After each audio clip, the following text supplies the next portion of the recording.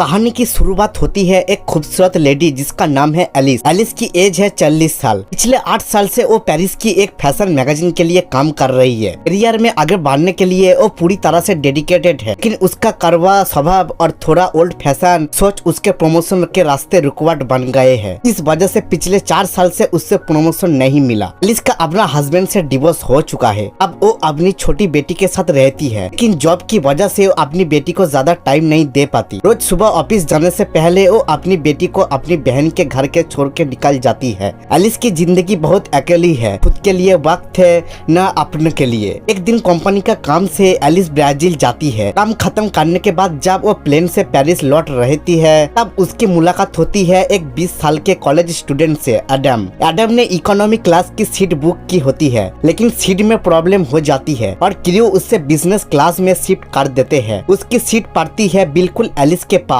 Adam पहली बार business class में बैठकर एक्साइटेड होता है। उधर एलिस अपने लैपटॉप पर काम कर रही होती है। लैंडिंग के वक्त प्लेन में हेवी टर्बुलेंस होती है। एलिस बहुत डर जाती है और एडम का हाथ पकड़ लेती है। एडम के लिए ये एक स्पेशल मोमेंट था, क्योंकि पहली बार किसी लड़की ने ऐसे उसका हाथ थमा था। उसके दिल में तुरंत एलिस के लिए अट्रैक्शन पैदा हो जाती है। प्लेन लैंड करता है। एलिस जल्दी में सिर्फ एक बाय बोलकर निकल जाती है। एडम उससे बात करना चाहता है, लेकिन चांस नहीं मिलता। तभी उससे सीट के नीचे एलिस का पेन ड्राइव मिलता है। वो उससे देने के लिए एयरपोर्ट के बाहर आता है, लेकिन तब तक एलिस अपनी बहन की कार में बैठकर निकल जाती है। आदमी सिर्फ दूर से उससे जाता हुआ देख पाता है। रास्ते में एलिस की बहन एक डॉक्टर लड़के के बारे में बताती है और कहती है कि तुम उससे मिलना चाहिए, लेकिन एलिस नहीं करना चाहती है। वो मना कर देती है। बहन नाराज हो जाती है। वो चाहती है कि एलिस एक नई जिंदगी स्टार्ट करे। अगला दिन एलिस ऑफिस जाती है। जस्ट उसके रूड बिहेवियर की वजह से उसकी बुराई करते हैं। सिर्फ एक मेल फ्रेंड है जो हमेशा उससे सपोर्ट करता है। एक स्टाफ मेंबर आकर कहती है एडम ने का एक लड़का फोन कर रहा था,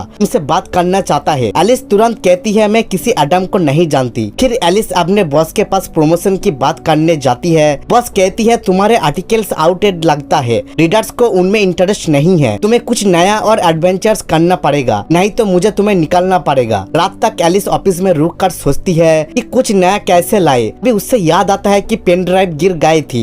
एडम ने कॉल किया था। वो तुरंत एडम को कॉल करती है। एडम बार में होता है दोस्तों के साथ। वो एलिस को बुलाता है। एलिस बार के बाहर पहुंचती है। एडम उसे अंदर ले जाता है और अपने दोस्तों से इंट्रोड्यूस कराता है। वही उसके ऑफिस की 2 लड़कियां भी होते हैं जो एलिस को एडम के साथ देखकर शॉक्ड हो जाती है। एलिस पेन ड्राइव मांगती है। एडम कहती है पेन ड्राइव मेरे घर पे है, चलना पड़ेगा। तो दोनों स्कूटर से निकलती है। एलिस पहली बार स्कूटर पर बैठती है। थोड़ा नर्वस भी होते हैं। एडम उससे हेलमेट देते हैं, पहनने में हेल्प करता है। तभी ऑफिस की लड़कियों फोटो क्लिक कर लेती है, जिसमें लगता है कि एलिस और एडम किस कर रहा है। वो फोटो तुरंत ऑनलाइन डाल दिया जाता है। एडम एलिस को अपने घर ले जाता है। वहाँ उसके डैड भी होते हैं। एडम जानबूझकर पेन ड्राइव देने के डिले करता है ताकि ज्यादा टाइम एलिस के साथ बिता सकते हैं। फाइनली जब एलिस निकलता है, एडम कॉफी पे चलने के लिए इनवाइट देता है। एलिस सिर्फ स्माइल करके थैंक यू बोलकर चल जाती है। अगला दिन एलिस ऑफिस जाती है। सब उससे अजीब नजर से देखते हैं। जस्ट फोटो दिखाती है जिसमें वो और एडम किस करते हुए लग रहे हैं। एलिस कहती है ये गलत फहमी है, लेकिन बॉस फोटो देखकर खुश हो जाता है। तुम ये लड़के के साथ हो, ये हमारी मैगजीन के लिए परफेक्ट है। रीडर्स को मिर्च मसाला चाहिए होता है। एलिस पहले इनकार करती है, लेकिन करियर के लिए डिसाइड करती है एडम के साथ फेक रिलेशनशिप बनाए। धीरे धीरे एलिस एडम के साथ टाइम स्पेंड करने लगती है। पहले सिर्फ प्रमोशन के लिए, लेकिन अब वो उसके साथ एंजॉय करने लगती है। एडम उससे सच्चा प्यार करने लगता है। एक फैशन शो में एडम एक गिरती हुई मॉडल को उठा लेता है।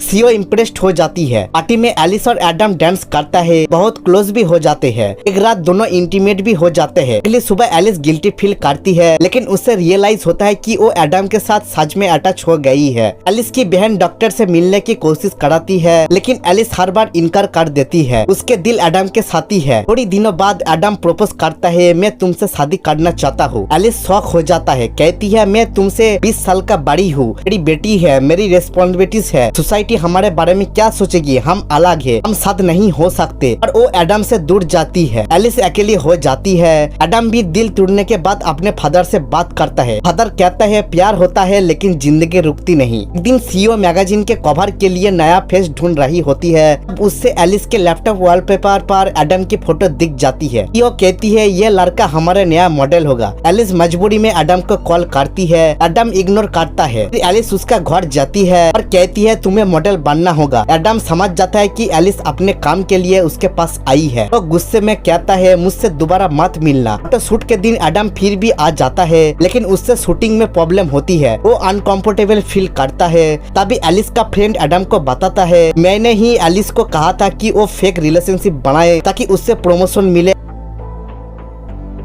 गुस्से में सबके सामने एलिस को किस करके चला जाता है। ये सुन के एडम का दिल टूट जाता है। एलिस को भी बहुत बुरा लगता है। बॉस उससे जॉब से निकाल देता है। एलिस अब बिल्कुल अकेली है। उससे रियलाइज होता है कि करियर से ज्यादा जरूरी एडम है। आखिरी सीन में एलिस एडम के कॉलेज जाती है। सबके सामने कॉन्फेस करती है मुझे अब सोसाइटी की परवाह नहीं है, ना प्रमोशन ना फ्यूचर, मुझे सिर्फ तुम चाहिए। I love you Adam. Adam emotional हो जाती है। वो एलिस को माफ कर देता है। दोनों एक दूसरे को किस करता है और इस तरह कहानी खत्म होता है एक स्ट्रॉन्ग मैसेज के साथ। समाज कुछ भी कहे, असली प्यार को हमेशा निभाना चाहिए।